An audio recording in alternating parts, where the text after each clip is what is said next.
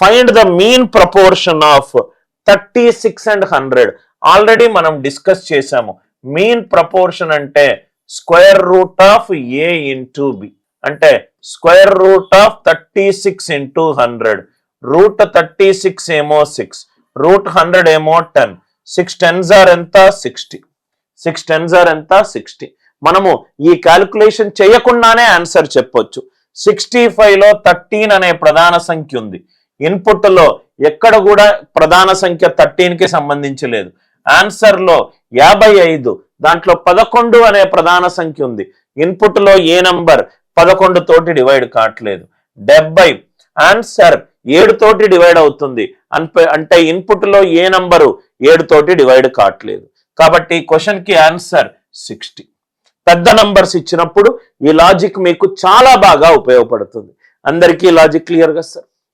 The mean proportion of 4a square and x is 1/5a.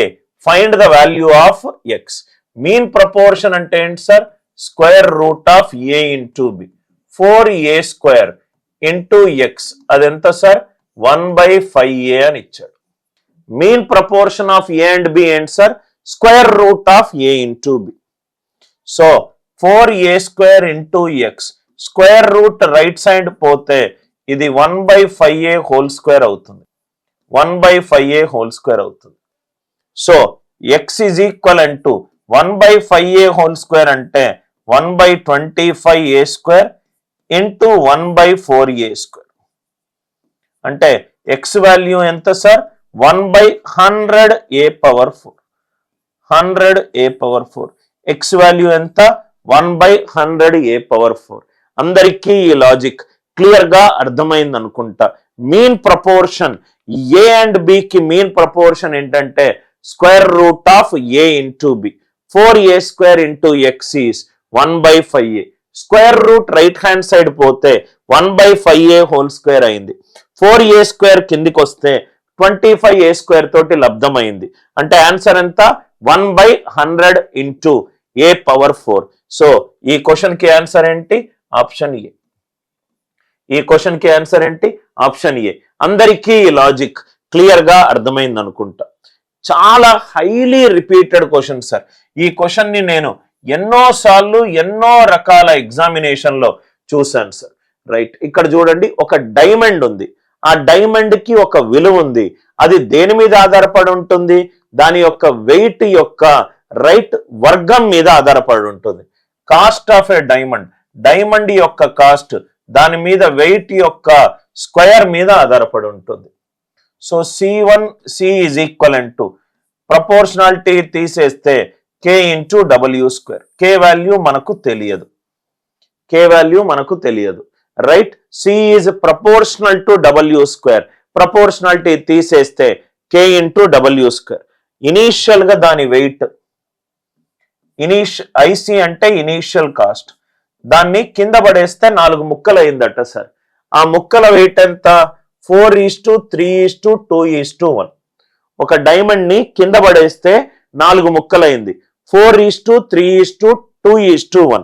అంటే initial గా అది కనుక 10 పార్ట్స్ ఉంటే 10 స్క్వేర్ 100. 100 ఇంటూ K దాని ఇనీషియల్ కాస్ట్. ఫైనల్ కాస్ట్ ఏమైంది? ఫస్ట్ ఏమో 4 ముక్కలు అయింది, దాని తర్వాత సెకండ్ ఏమో 3 ముక్కలు అయింది, థర్డ్ ఏమో 2 ముక్కలు అయింది, ఫోర్త్ ఏమో 1 ముక్క అయింది. Are you all with me? First diamond కి ఒక వెయిట్ ఉంది, దాన్ని 4 ముక్కలు చేస్తే ఫస్ట్ ముక్క 4, K into 4 square, K into 3 square, K into 2 square, K into 1 square. అంటే ఫైనల్ కాస్ట్ ఎంత అయింది? K into 16 + 9 25, 25 + 4 29 + 1 30K. సో ఇక్కడ మీరు అబ్జర్వ్ చేస్తే క్వశ్చన్ చదవండి sir. The merchant got 63,000 less than that of 1 piece. ముందు డైమండ్ ఒక పీస్ లో ఉంది, దాన్ని 4 పీసులు అయినాయి. సో వీటి మధ్య డిఫరెన్స్ ఎంత? 70K. 70K క్వశ్చన్ లో ఎంత డిఫరెన్స్ ఇచ్చాడు? 63,000. అంటే K వాల్యూ అంటే ఎంత సార్? 0 0 పోతే K వాల్యూ ఎంత? 900. కే వాల్యూ ఎంత 900. మరి ఇనీషియల్ కాస్ట్ ఎంత 100 into 900. 100 into 900 అంటే ఎంత 90,000. 100 into 900 ఎంత 90,000. చాలా ఇంపార్టెంట్ మోడల్ సార్ ఈ క్వశ్చన్. ఒక డైమండ్ ఉంది, దాని ఇనీషియల్ వెయిట్ 10 గ్రాములు అనుకుందాం.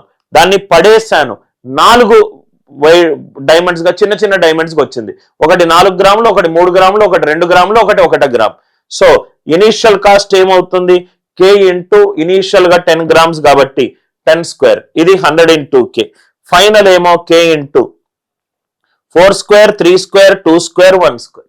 16 plus 9 25 plus 4 29, 29 plus 1 30. పడేసినందుకు కారణంగా దాని ప్రైజ్ 63,000 తగ్గింది. అంటే ఇక్కడ 70K is equivalent to 63,000. K value 900. So initial cost ఏమవుతుంది 100 into 900. ఆన్సర్ ఎంత 90,000. లాజిక్ అందరికీ అర్థమైంది కదా సార్. చాలా ఇంపార్టెంట్ మోడల్.